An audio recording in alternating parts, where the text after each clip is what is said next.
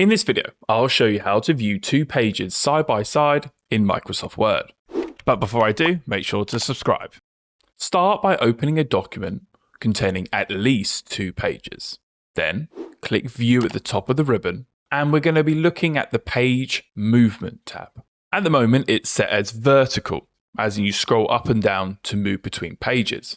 You're now going to select Side to Side, and your second page should now appear on the right. In this option, you won't be able to zoom in. However, if you want them side by side and you can zoom in, we can do this.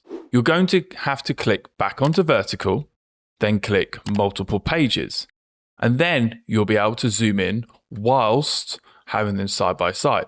But if you go too far with the zoom, it will push it back to the vertical scrolling up and down. To return to the standard view, select vertical and then click one page. If this video helped you, click like, subscribe and hit that notification bell. And if you learn more about viewing and navigating Word documents, then check out my website at www.wordmadeeasy.org. The link is in the description below.